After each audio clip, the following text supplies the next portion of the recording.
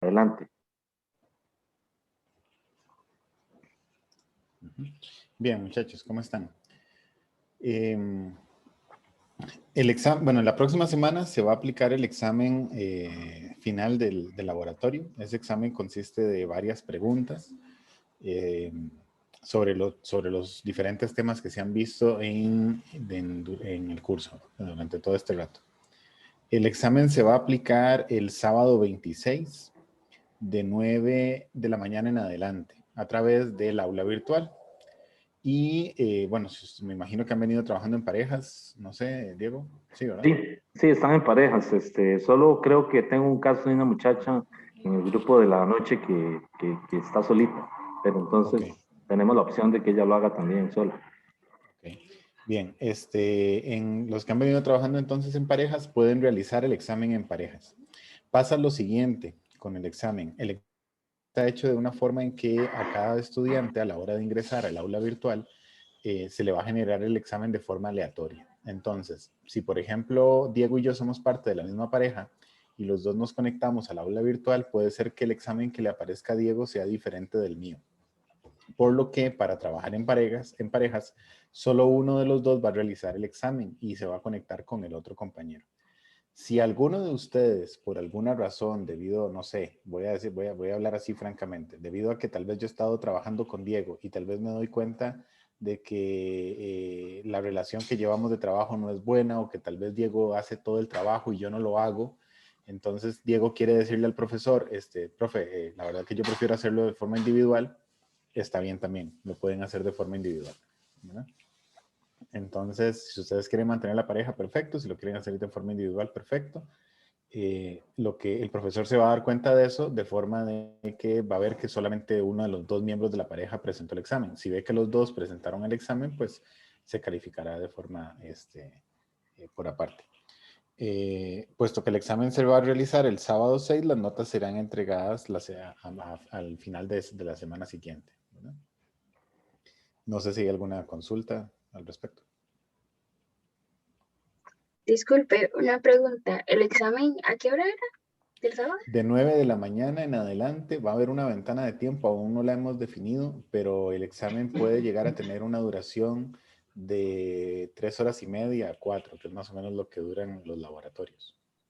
Y la otra consulta es, ¿hay una posibilidad de que el tiempo se extenga hasta la noche o algo así? Es que yo por motivos religiosos no puedo hacer pruebas los sábados durante el día, si no es mucha molestia. Eh, sí, bueno, hay una complicación con eso, ¿verdad? Porque la idea, o sea, hay una ventana de tiempo que se abre para realizar el examen, para que todos puedan acceder de forma simultánea. De hecho, la razón por la que se está haciendo sábado es porque es un examen de cátedra y que todos los grupos van a presentar los mismos exámenes. Si bien los exámenes van a ser hechos de forma aleatoria, pues entre todas las preguntas pueden encontrarlas, que van a haber similitudes y preguntas iguales uno con otro. Entonces, la idea de hacerlo en un horario específico de ese sábado es justamente para garantizar que cada uno de ustedes va a estar trabajando dentro de ese rango. Digamos, si el examen tiene un rango de 4 horas, puede ser que se abra, qué sé yo, de 9 de la mañana a 3 de la tarde, dejando un par de horas ahí adicionales en caso de que alguno tenga problemas con internet, se conecte más tarde y demás.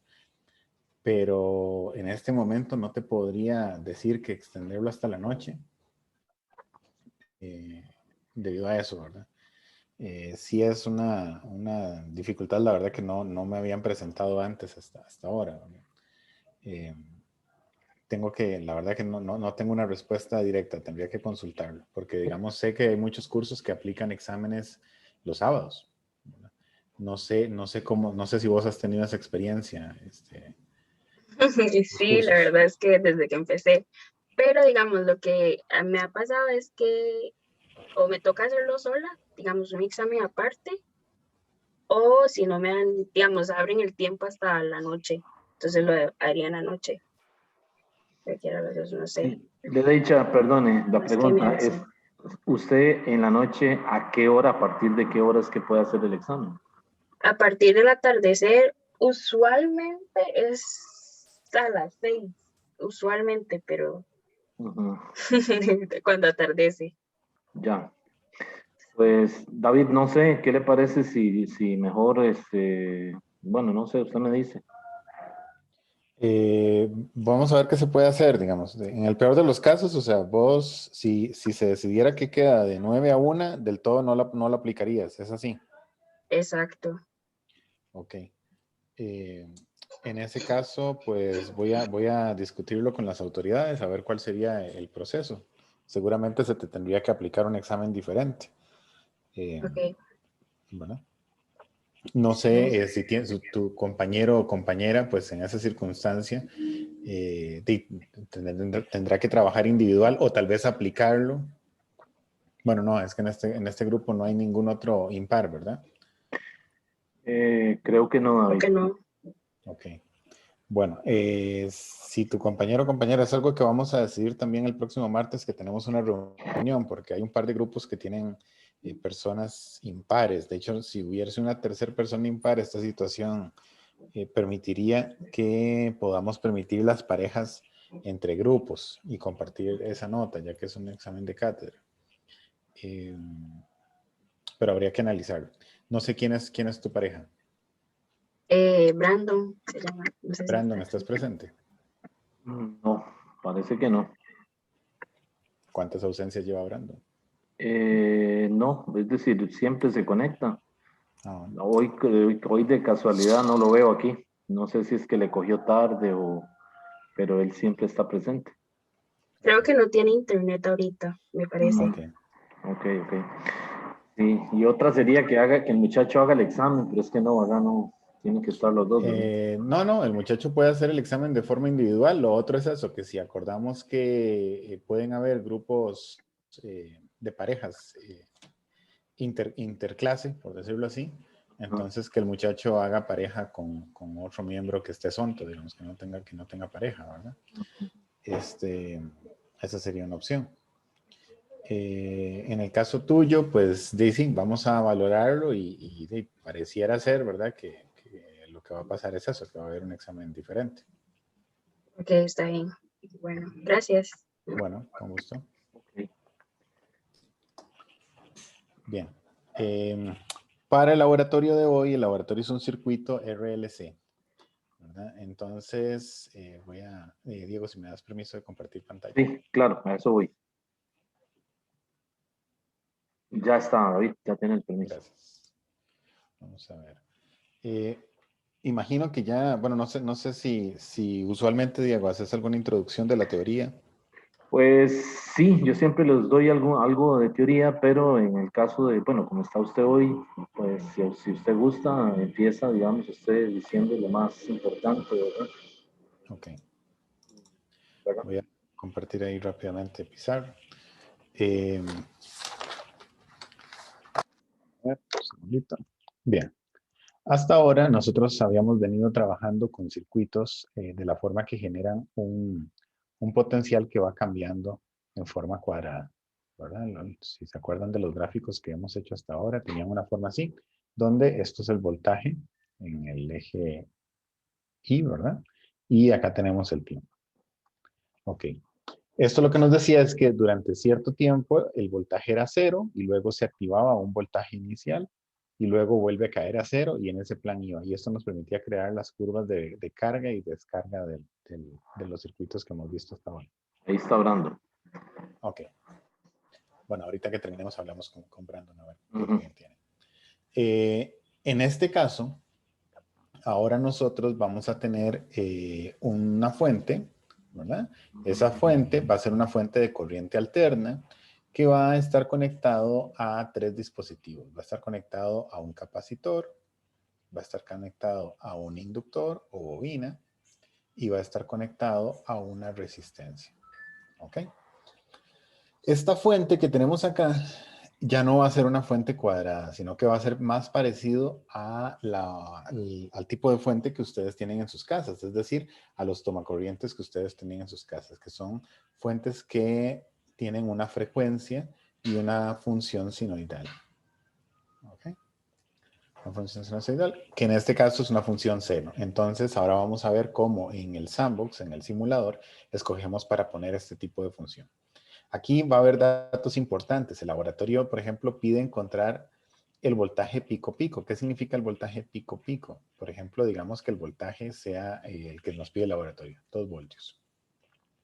Y acá tenemos menos 2 voltios. Esto sería 0. El voltaje pico-pico es la distancia que hay entre las alturas de este valle y la cresta, ¿verdad? Entonces, ¿cuánto sería el voltaje pico-pico? Sería de 4 voltios. ¿Ok?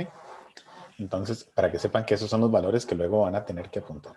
Algo importante es que cuando yo tengo una fuente que funciona de esta forma sinusoidal, de esta forma aleatoria, el voltaje, por ejemplo, si yo tuviera un circuito donde esta fuente está conectado únicamente a la resistencia, el voltaje de la resistencia vendría dado por la corriente inicial en el circuito multiplicado por la resistencia multiplicado por el coseno de omega t, donde este omega t corresponde a la frecuencia angular con que funciona la fuente que tenemos acá. Esta frecuencia angular es igual a 2pi por la frecuencia que ustedes han estado calculando hasta ahora. Es decir, ¿se acuerdan que en los ejercicios anteriores estuvieron calculando el tau y que a partir del tau obtenían un periodo y a partir de ese periodo obtenían la frecuencia, ya que era el inverso? Y asignaban ese valor de frecuencia a la fuente. En este caso, este valor que está aquí es el que nosotros insertamos en la fuente. Bueno, la corriente tiene esta forma, ¿verdad? Para el caso, el voltaje tiene esta forma para el caso de un circuito que es simplemente una resistencia conectada a una fuente de corriente alterna, tal y como es el caso.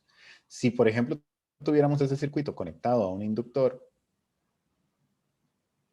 es decir, perdón, esa fuente conectada únicamente al inductor, el voltaje en el inductor vendría dado por una función que es de la forma del valor de la autoinductancia por la derivada de la corriente respecto al tiempo. Y esto sería lo mismo que poner menos el valor de la inductancia por omega por I0 por el seno de omega t. ¿Por qué? Porque este I que está acá, lo voy a poner por aquí, este I de t sería igual a esto que tendría acá, coseno de omega t, ¿verdad? Entonces, derivando esto, voy a obtener este producto que está acá. Bien. Utilizando una relación trigonométrica que me dice que menos el seno de omega t es igual al coseno de omega t más más 90 grados, ¿verdad? Entonces, el voltaje en el inductor viene dado por menos L, omega I0, por el coseno de omega t más 90. Me disculpan la letra, pero me está fallando un poquito aquí la tabla. Bien. ¿Esto por qué es importante? Esto va a ser importante. Vamos a ver. Esto va a ser importante. Vamos a ver. Para lo siguiente. Voy a ir borrando aquí.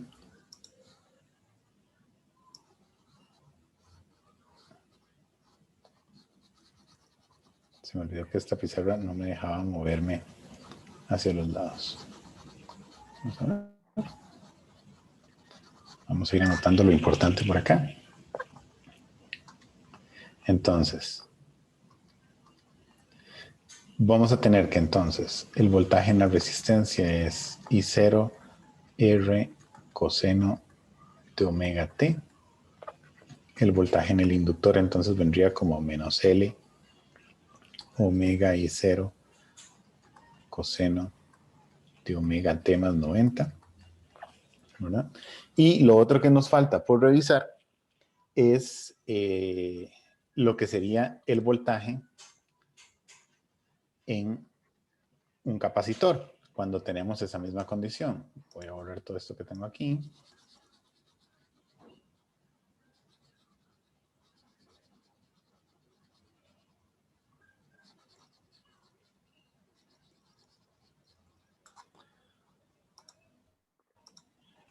Ok, y entonces vamos a decir nuevamente que si tengo esa fuente ahora conectada a un capacitor, esa fuente de corriente alterna, entonces el voltaje en el capacitor va a venir dado por la siguiente expresión. Va a venir definido como la carga dividida entre la capacitancia. Y eso, tomando en cuenta que la carga es igual a la integral de la corriente respecto del tiempo, vamos a obtener entonces que esto va a ser igual a I0 sobre omega C por el seno de omega T. Un segundo aquí. Por el seno de omega T. ¿Ok? Aplicando la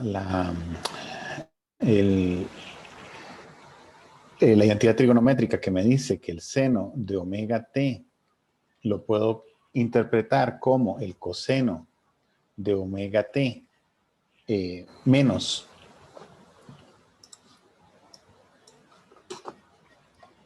menos 90 grados, yo entonces sustituyo esta acá y voy a obtener que el voltaje en el capacitor va a venir dado de la forma I0 sobre omega C por el coseno de omega T menos 90 grados. Ok. Se supone que todo eso ustedes lo vieron ya en la teoría, entonces no debería ser nuevo, ¿verdad?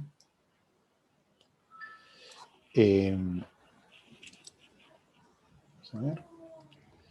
Ok. Dicho esto, pues lo importante de esto es que si yo voy a graficar acá,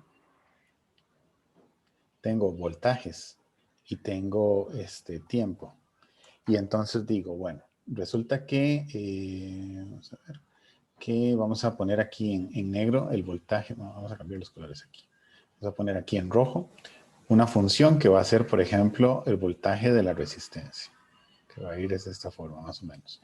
Donde aquí esto es 0, aquí esto es 90 grados. Voy a cambiar el color. Estos son 90 grados, estos son 180. Esto aquí son 270. Y esto aquí son 360. ¿Verdad? Entonces viene de esta forma. Luego resulta que graficamos el del inductor y el del inductor va a estar desfasado 90 grados. Eso quiere decir que el del inductor debería empezar acá y vendría siendo algo así y algo así. Y el del capacitor deberíamos hacerlo en menos 90. Es decir, si aquí esto lo tiramos hacia atrás, ¿verdad? Y aquí tenemos menos 90, entonces el del capacitor iría iniciando ahí. Entonces esto vendría aquí, vendría así, vendría así y vendría así. Este sería entonces el voltaje del capacitor. Este otro sería el voltaje del inductor y el rojo sería el voltaje de la resistencia. ¿Por qué grafico todo esto así? Porque nosotros vamos a trabajar con un circuito que tiene estos tres dispositivos conectados en serie. Entonces, resulta que si nosotros tenemos otra vez aquí nuestro diagramita de lo que va a ser el circuito, ¿verdad? Donde esto es una fuente, una fuente alterna, ¿verdad? La corriente entonces va a venir circulando de esta forma, por ejemplo. Y la corriente se va a topar aquí el capacitor, luego se va a topar aquí el inductor y se va a topar aquí a la resistencia.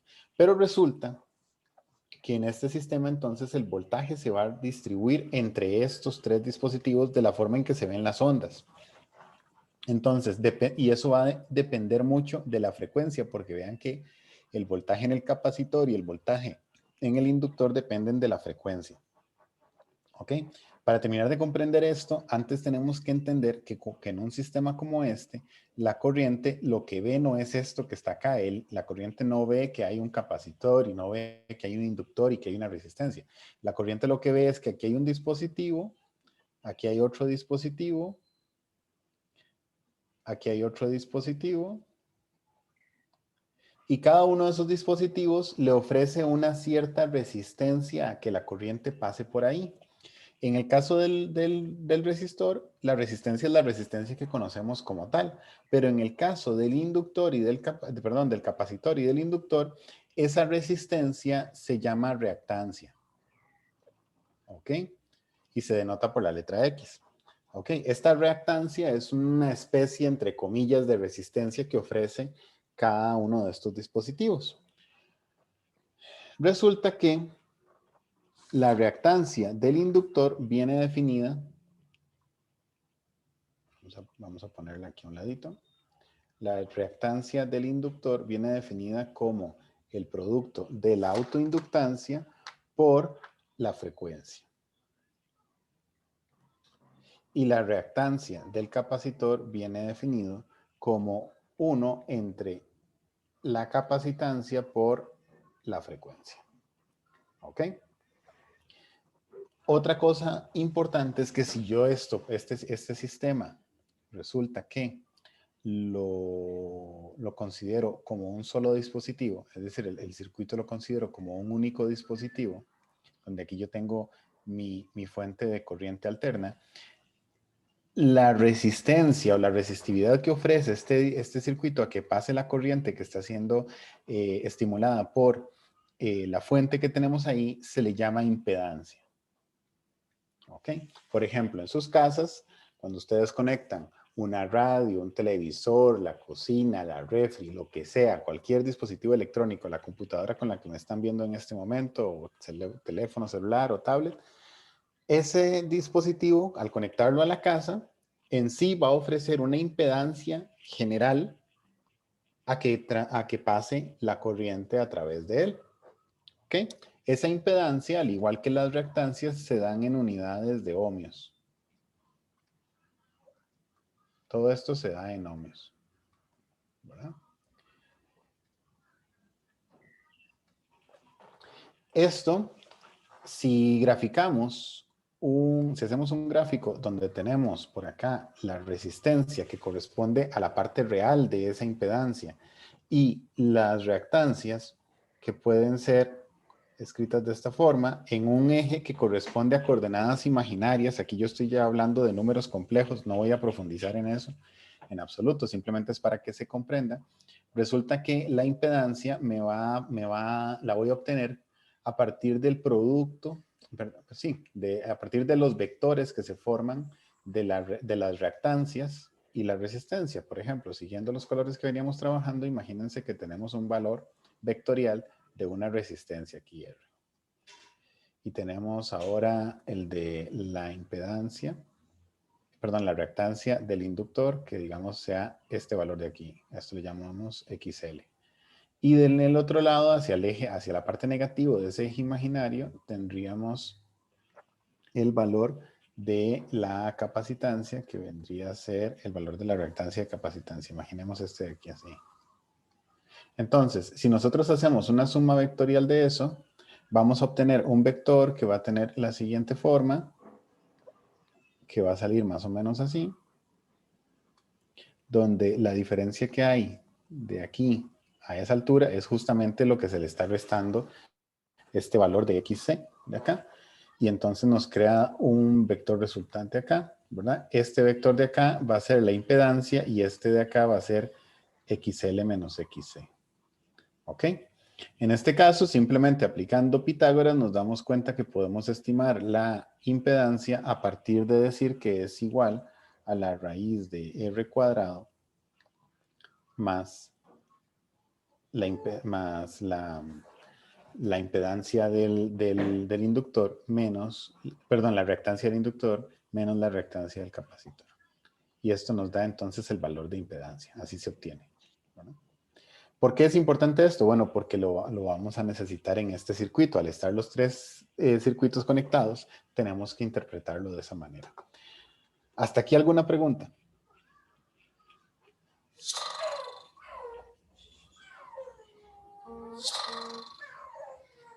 Silencio positivo. No hay preguntas, entonces. Parece que todo está claro, David. Ok. Entonces, continúo.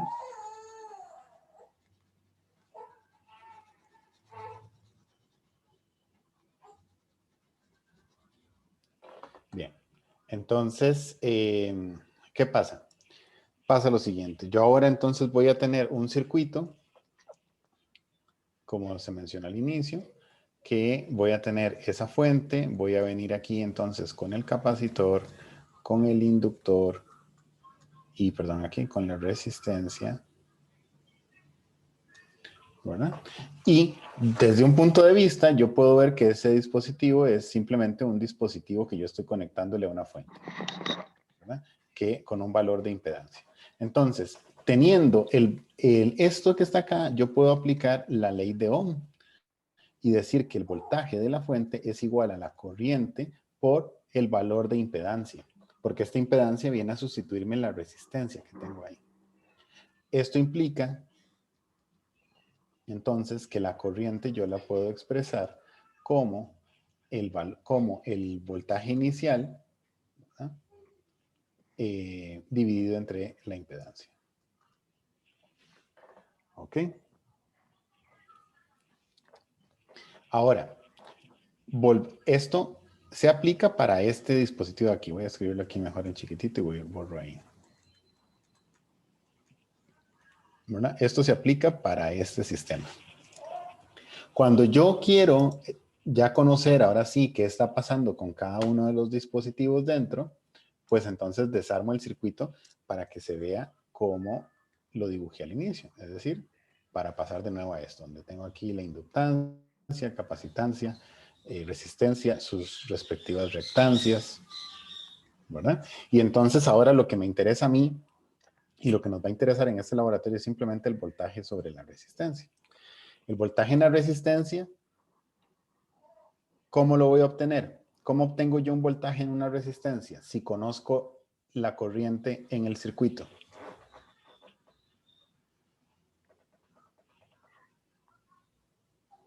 Con el sensor, David.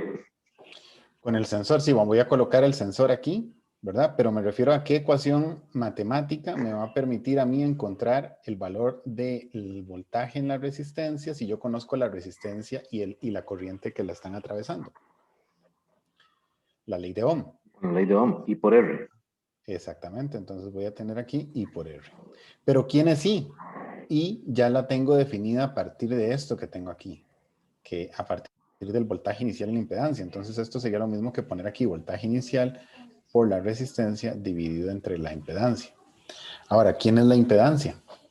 Bueno, vamos a escribirlo aquí. El voltaje de R va a ser igual a el voltaje inicial por R sobre la raíz de R cuadrado más la reactancia del inductor menos la reactancia del capacitor al cuadrado, ¿verdad? Esto es lo que me va a dar el voltaje. Ahora, ¿quiénes son esas reactancias? Porque nosotros no vamos a estar cambiando en este experimento los valores de la capacitancia y la inductancia, sino que lo que vamos a estar cambiando es la frecuencia de la fuente. Por lo tanto, nosotros necesitamos expresar esas reactancias en función de las frecuencias. Y para eso utilizamos esto que está aquí, ¿verdad? Entonces, esto yo lo puedo expresar como vamos a ver, V0 sobre R cuadrado más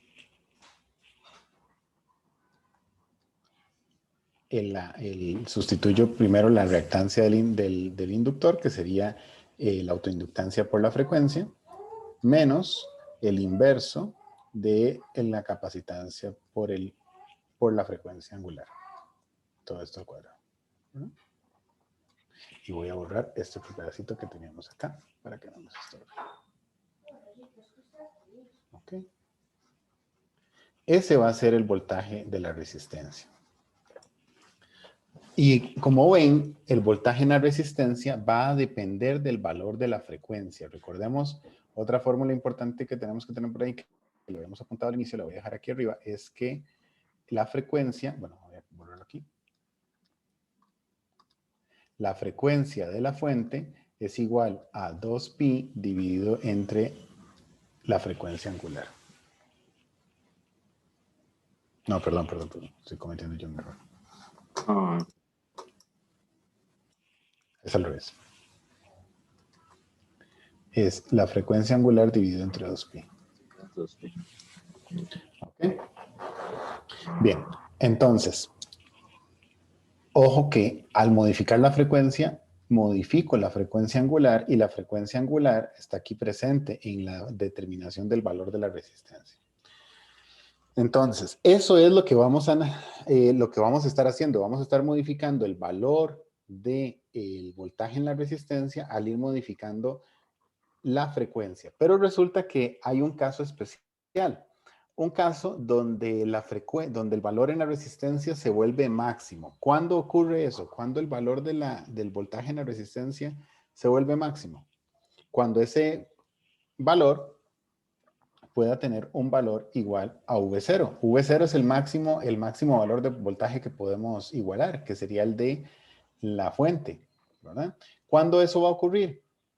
Eso va a ocurrir cuando nosotros, modificando las frecuencias, vean que aquí estas frecuencias están vinculadas a los voltajes del inductor y del capacitor.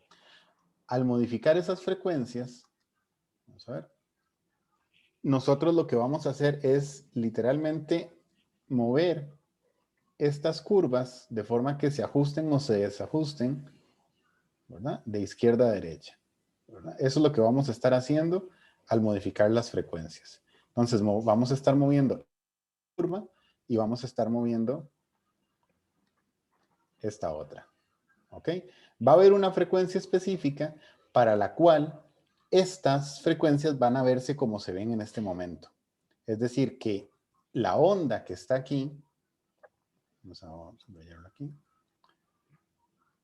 esta región que está aquí, que representa la amplitud del voltaje en el inductor, se me va a cancelar con la amplitud del voltaje en el capacitor. Y entonces eso va a hacer que prácticamente todo el voltaje se me acumule en la resistencia para esa frecuencia específica. Esa frecuencia se conoce como la frecuencia de resonancia. Matemáticamente, ¿qué es lo que está ocurriendo? Que yo necesito que este término que está aquí sea igual a 0 para que eso ocurra. Si este término es igual a 0, ¿qué me va a quedar? Me va a quedar V por R sobre la raíz de R cuadrado. Y eso es lo mismo que V0. Se me hace más. ¿Ok? Entonces, ¿cómo encuentro yo la frecuencia angular? Perdón, la frecuencia de resonancia. Pues lo que tengo que hacer acá es simplemente decir eso, decir que la autoinductancia por la frecuencia angular es igual, en este caso, a al inverso de la capacitancia por la frecuencia angular. Si yo hago un despeje de acá, esto me va a quedar que omega cuadrado, ¿verdad?, es igual a 1 sobre LC. Lo que, lo que implica que omega es igual a la raíz de 1 sobre LC. Y si yo sustituyo este omega aquí, en la definición de la frecuencia, entonces me va a quedar aquí que la frecuencia tiene que ser de la forma 2pi, perdón, aquí. Me va a quedar de la forma, segundo, esto lo voy a subir un poquitito, 6 estragos.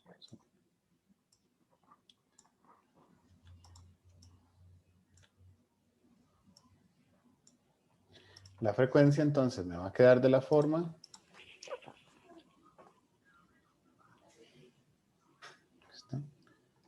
1 sobre 2pi raíz de LC. ¿Ok? Esta ecuación de acá es la más importante de nuestro laboratorio de hoy. Es la forma en que vamos a encontrar la frecuencia de resonancia. ¿Hay alguna pregunta de esto? ¿Está claro? ¿No está claro? Una pregunta, jóvenes. Todo claro. Todo claro. Oh, bueno, listo. Ok, entonces, voy a dejar de compartir este y voy a compartir lo que tenemos en el sandbox.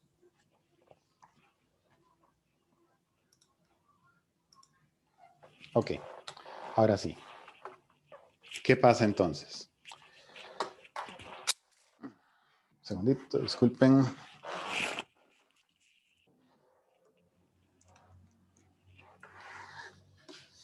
Bien, ¿qué pasa? Vamos a armar entonces el circuito. Ustedes abren el sandbox y les va a aparecer alguna cosa como esto. Obviamente tenemos que desmontarlo para que se parezca a lo que queremos tener. El orden de los dispositivos puede alterar la respuesta. ¿En qué sentido? Si la resistencia no la ponemos aquí abajo, no nos va a funcionar. ¿Ok? Entonces tengan presente eso. Bien, ponemos aquí el capacitor. Y por aquí el inductor. Si los pusieran al revés, eso no les va a afectar. Lo que sí va a afectar es la posición de la resistencia. ¿Por qué va a afectar la posición de la resistencia? Porque para poder medir el voltaje en la resistencia, yo necesito que este sensor esté ubicado de forma en paralelo, digamos, con la resistencia. Entonces yo tengo el contacto positivo puesto a la derecha y el contacto negativo, que sería la tierra, puesto a la izquierda. ¿Ok? Que en este caso lo tengo ahí. Este otro sensor me va a dar el valor de voltaje de la fuente, porque lo tengo igual en paralelo. Uno está arriba y el otro está abajo, ¿verdad? Conectado a cada extremo de la batería, que siendo la misma tierra para los dos. Eso es lo que me va a dar las unidades. Entonces, ¿qué valores de inductor teníamos? Según la guía.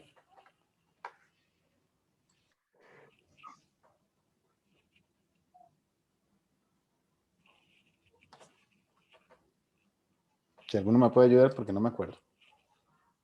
¿Alguno que le diga, jóvenes?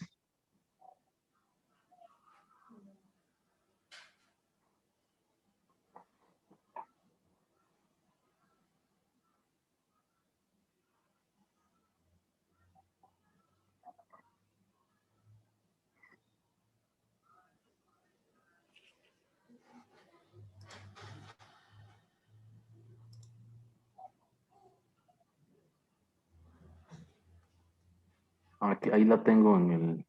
Ah, bueno, sí, se la está. Lo estoy buscando.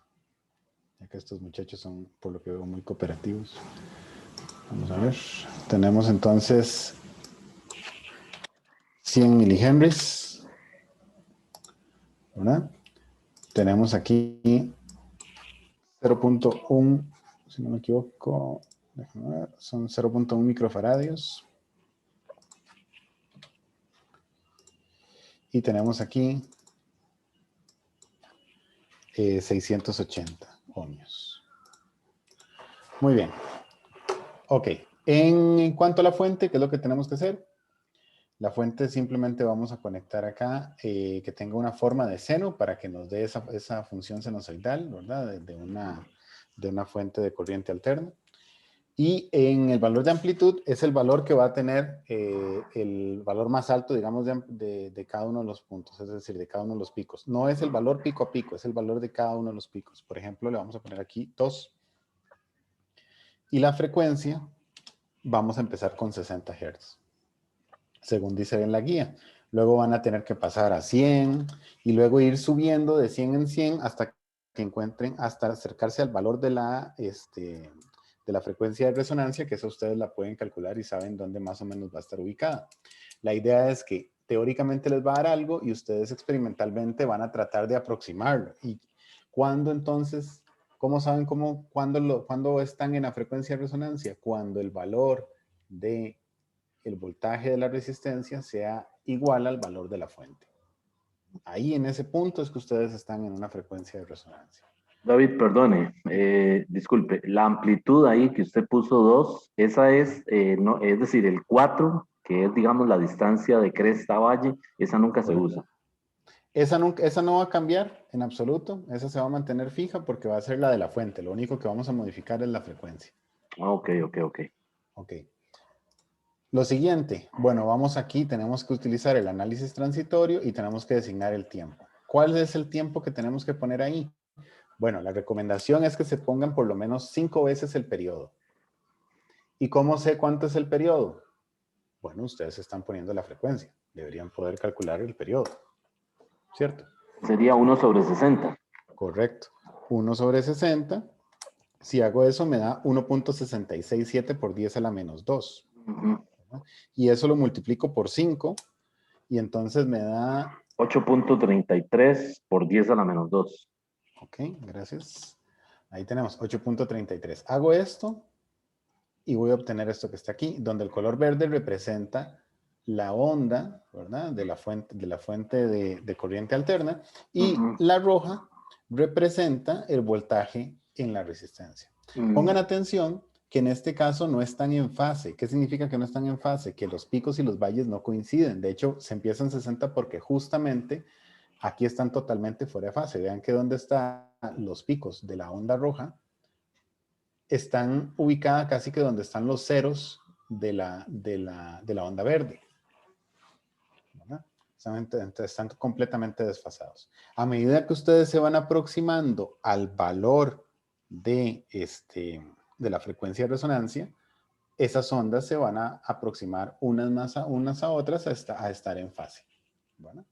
Entonces, yo aquí estoy apuntando esto, entonces, ¿qué es lo que tenía que apuntar yo aquí? Los numeritos aquí en rojo de las distancias entre valles y crestas. ¿Verdad? Para ese valor. Cambio la frecuencia y le pongo 600, por ejemplo. ¿Verdad? Entonces tengo que hacer un nuevo análisis. Si hago 1 entre 600, eso lo multiplico por 5 y es entonces, en este caso, agregar aquí un 0. ¿Verdad? Y ahora vamos a tener esta nueva onda. Sería 8.33 por 10 a la menos 3. Correcto.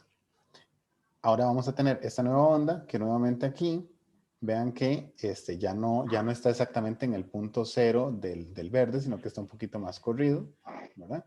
Un consejo, no tomen los primeros 2 picos para calcular, porque resulta que en los primeros 2 picos hay un efecto de amortiguamiento que el sistema presenta y que lo que hay que hacer es esperar a que se estabilice y eso pasa a partir del tercer pico. En otras palabras, cuando vayan a hacer las medidas, tomen del tercer pico en adelante para hacer la medida de la diferencia. Ese amortiguamiento aquí no parece que se ve común, pero cuando nos vamos a acercar a la frecuencia de resonancia, que está alrededor de 1600,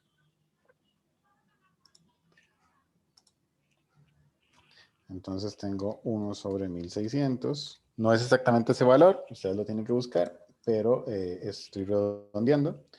Esto me va a dar esto por 5 y aquí le vamos a... Esto me da... 0.003125. Ajá, 31.25. Okay.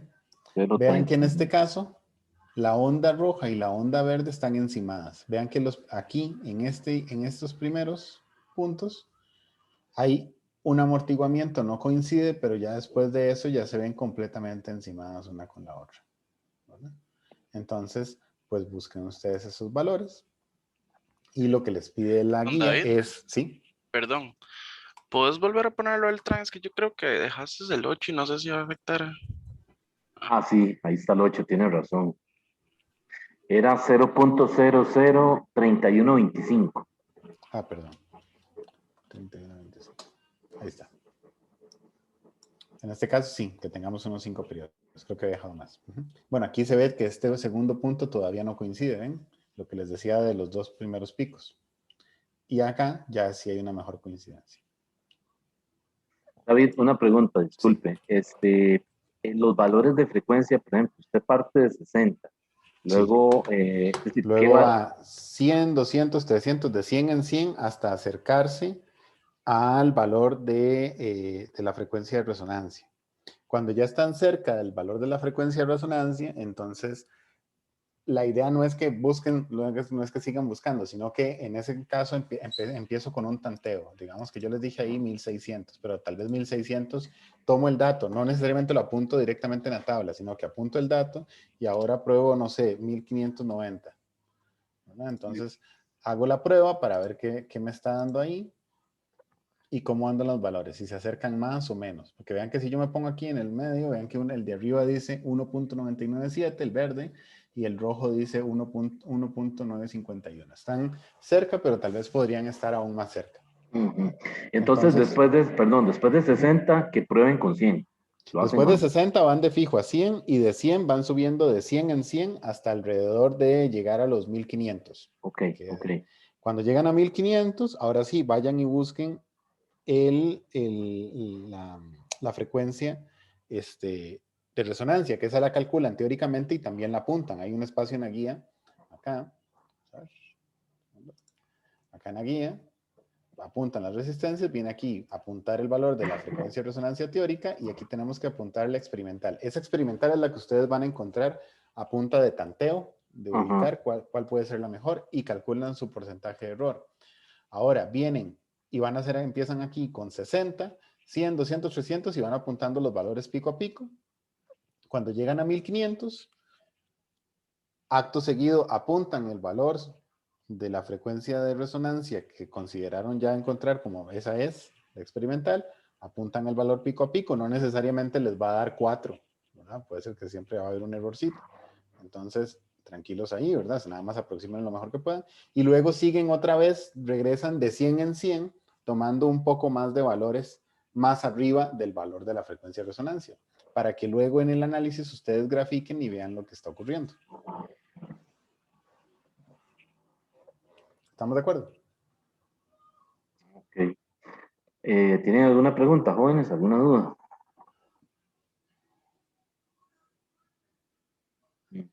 Bueno, parece que no, David. Parece que no. Nada más tengan en cuenta lo último, ¿verdad? Que me imagino que ya lo saben, pero si no se acuerdan que a la hora de poner las cantidades, se utiliza punto como decimal y no coma. Si ustedes ponen coma, el sistema se los acepta, pero a la hora de presentarles el gráfico les da cualquier cosa. Okay. Y la resistencia R1 siempre tiene que estar abajo, ¿verdad? Eso, y la resistencia R1 siempre tiene que estar abajo, ¿verdad? Porque es lo que vamos a medir. Si yo aquí las cambio, por ejemplo,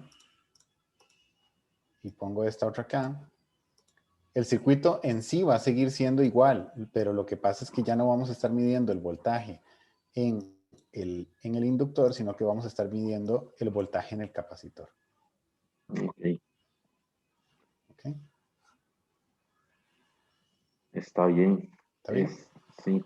Ok, entonces que comiencen con 60, luego 100, 200, 300, 400, hasta llegar a 1500. Correcto. Y que ya ahí comiencen a tantear, ¿verdad? Para hacer que esas curvas, esas gráficas coincidan. Así es. Okay. Eso sería entonces, si no tienen ninguna duda. Está bien. Jóvenes, ¿tienen alguna pregunta? ¿Todo está claro? Bueno, parece que sí, que no hay dudas. Parece que lo podemos Todo poner claro. en el examen sin problema, entonces. Ok. Entonces, David, te agradecemos mucho el tiempo que has tomado, Con ¿verdad? mucho gusto. Para explicarnos, aclararnos esto. Yo le había dicho a los muchachos que pues yo estas prácticas las he hecho con el osciloscopio, ¿verdad? Nunca había usado el sandbox. El semestre pasado yo di el curso y no se usó eso. O sea, lo que se pasó fue en video donde Memo pues toma los datos del osciloscopio y luego se hacía el análisis, ¿verdad? Claro. Pero bueno, este software que usted implementó este semestre, pues obviamente es más interactivo, ¿verdad? Es decir, el estudiante tiene que hacer más cositas. De hecho, ahí, ¿verdad? sí, de hecho, funciona muy similar al osciloscopio y les ahorra tiempo porque vieran que cuando uno trabaja con el osciloscopio, obtener esas curvas es estar ajustando un montón de perillas. Exacto. ¿Verdad? Que lleva su tiempo. Se toma mucho tiempo lograr hacer eso. Claro, claro. Y este software, este simulador, pues le ahorra todo eso, ¿verdad? Porque básicamente es armar el circuito y eso sí, usar los datos correctos, ¿verdad? a la hora de hacer el análisis. David, nuevamente muchas gracias por su tiempo. Con mucho gusto. Y pues nosotros por aquí vamos a continuar entonces haciendo la práctica. Perfecto. Un placer, jóvenes. Que estén Bueno, muy David. bien. Muchas gracias. Gracias, buenas tardes. Bueno, muchas gracias, David. Hasta luego. Hasta luego.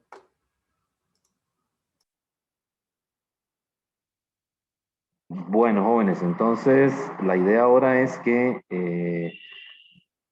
comencemos a hacer la práctica ya con esto que David nos ayudó, ¿verdad? Que nos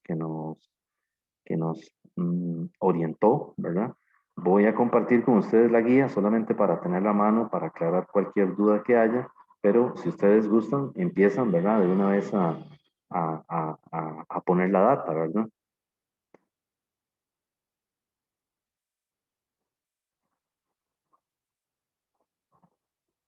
Ok. Voy a parar aquí la grabación.